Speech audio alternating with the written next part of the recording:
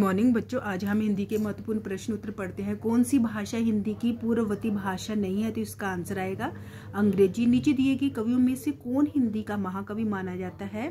तो तुलसीदास भक्तिकाल के कवि हैं। तो भक्तिकाल में दो धाराएं सी कौन कौन सी? निर्गुण धारा और सगुण धारा। तो तुलसीदास सगुण धारा की प्रेम मार्गी, सगुण धारा की राम मार्गी शाखा के प्रमुख कवि है। रामचरितमानस इनकी प्रसिद्ध रचना है जिसकी भाषा अवधी है। तुलसीदास का संपूर्ण काव्य समन्वय की विराट चेष्टा है। प्राकृत का साहित्यिक रूप किस नाम से जाना जाता है? पाली नाम से। कौन सा रूप साहित्यिक पाली का रूप नहीं है?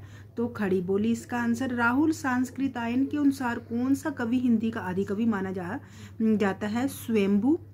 इसकी प्रमुख रचना का नाम प्रेमचर्यु है। ये जैन धारा के कवि है। प्राकृत भाषा के प्रसिद्ध व्याकरण कौन है? हेमचंद्र है और इनका हेमचंद्र शब्दानुशासन व्याकरण का नाम है। पुरानी हिंदी किस भाषा का विकसित रूप है? अवहट या परिनिष्ठित अपभ्रंश का। कौन सा संप्रदाय बौद्ध धर्म से संबंधित नहीं है? तो इसका आंसर आएगा नाथ संप्रदाय। किसकी गिनती 84 सिद्धों में नहीं की जाती है? कबीर जी निर्गुण धारा की ज्ञान मार्गी या संत मार्गी शाखा के प्रमुख कवि है। इनकी रचनाएं जो है, इनकी प्रमाणिक ग्रंथ का नाम बीजक है, जो कि जिसके आगे 3 भाग है, शब्द, साखी और रामायणी। कबीर जी के गुरु का नाम क्या है? रामानंद है। कबीर जी पढ़े लिखे नहीं थे। इनकी भाषा संदोखड़ी या खिचड़ी है। नाथ संप्रदाय में आदिनाथ के रूप में किसको मान्यता दी जाती है? तो इसका आंसर क्या आएगा? शिव को मान्यता दी जाती है। प्रेमचर्यु किसकी रचना है? प्रेमचर्यु आदिकाल की जैन धारा के कवि स्वयंभू की 8वीं सदी की उच्च कोटि की रचना है। स्वयंभू कवि की 8वीं सदी की उच्च कोटि की रचना है। ये जो है स्वयंभू जो है आदिकालीन हिंदी की जैन साहित्य धारा के कवि है। 4 वेदों में सबसे पुराना वेद कौन सा है? ऋग्वेद। अपभ्रंश के व्यास कौन माने जाते हैं? तो पुष्पदंत का एक नाम अभिमान मेरु भी मिलता है। तो ये भी जैन साहित्य धारा के कवि हैं। कौन सी भाषा की उत्पत्ति मागधी अपभ्रंश से नहीं मानी जाती है? तो राजस्थानी की। किस कवि को ने ब्रज भाषा में काव्य रचना नहीं की है? कबीरदास जी ने, क्योंकि ये भक्ति काल के संत मार्गी या ज्ञान मार्गी शाखा के कवि थे।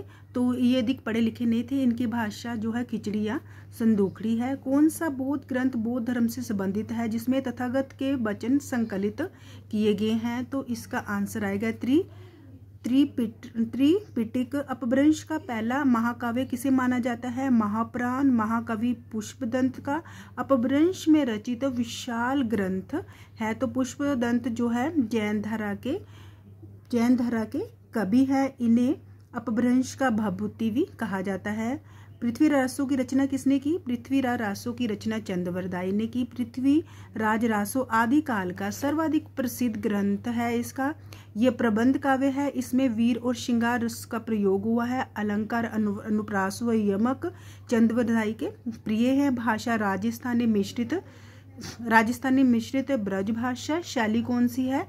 पिंगल। इस ग्रंथ में वीर रस के स्थलों के वर्णन में डिंगल राजस्थानी तथा श्रृंगार रस के वर्णन में पिंगल ब्रज भाषा का प्रयोग किया गया है। तो अब हम महाप्रभु वल्लभाचार्य के विषय में जानते हैं। महाप्रभु वल्लभाचार्य इनका पुष्टि संप्रदाय। आगे इनका पुत्र का क्या नाम है? गोस्वामी विठलनाथ है। आगे विठलनाथ के पुत्र का नाम गोस्वामी गोकुलनाथ है।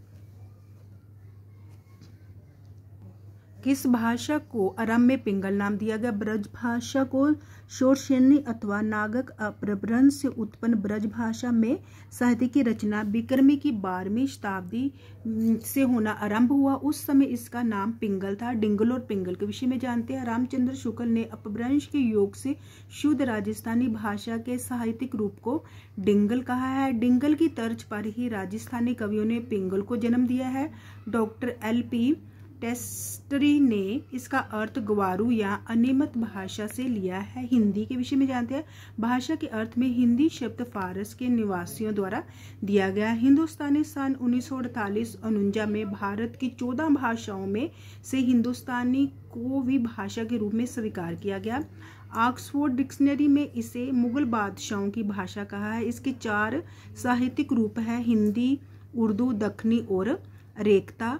भारत के लिए इंडिया शब्द भी सिंधु देश के निवासियों द्वारा दिया गया है। गद्य रचना 84 वैष्णव की वार्ता किस भाषा में लिखी गई है? तो ब्रज भाषा में। ये गोस्वामी गोकुलनाथ द्वारा लिखी गई है, जो महाप्रभु वल्लभाचार्य के पोते थे।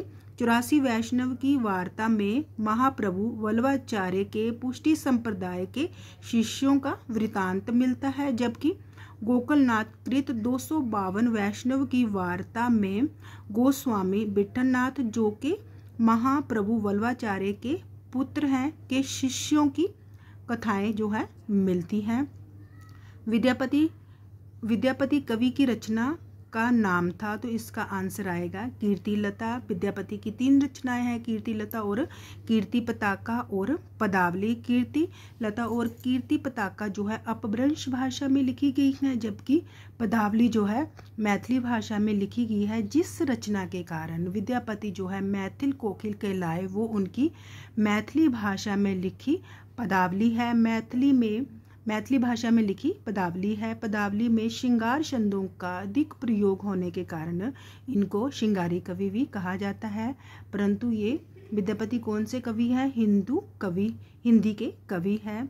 साहित्य लहरी किसकी रचना है? साहित्य लहरी सूरदास जी की रचना है। और बीजक जो है ये कबीरदास जी की रचना है, जिसके 3 भाग हैं, शब्द, साखी और रामायणी। तो अगर आपको मेरी वीडियो अच्छी लगी हो तो प्लीज़ इसे लाइक, शेयर और सब्सक्राइब अवश्य कीजिए। धन्यवाद।